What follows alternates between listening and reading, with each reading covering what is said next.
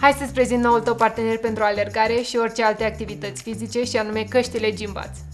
Cutia este realizată din carton 100% reciclabil și nu conține plastic. În interior vei găsi căștile cu carcasă de încărcare și o cutiuță unde sunt dopurile inteschibabile și cablul de încărcare. Ca pentru fiecare produs al nostru, vei găsi manual de utilizare și instrucțiuni clare cum ne poți contacta. Punctul cheie al căștilor Gymbads este urechiușa din silicon, care le ține fixe chiar și în timpul antrenamentelor intense. Acestea sunt ușoare, confortabile, iar datorită dopurilor intraauriculare pe care le găsești în pachet, se vor potrivi oricărui tip de ureche. Te întreb poate cum vei folosi Gymbads în timpul sesiunilor tale de antrenament. Ei bine, află că aici este un buton cu acționare touch care te va ghida fie că asculți muzică sau că ești în timpul unui apel. Iată cum!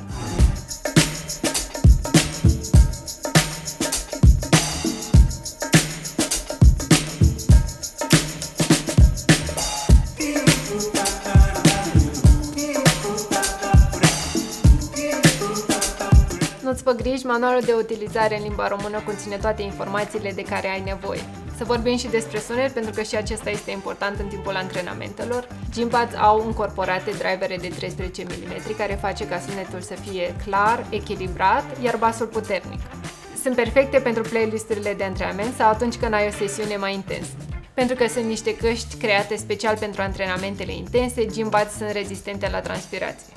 Știm că este important să uiți când ai încărcat ultima dată căștile tale, de aceea Gymbads au o autonomie ridicată. Cu o singură încărcare a carcasei vei încărca căștile de 7 ori. Vei ști mereu care este procentajul carcasei, deoarece aceasta are un afișaj LED.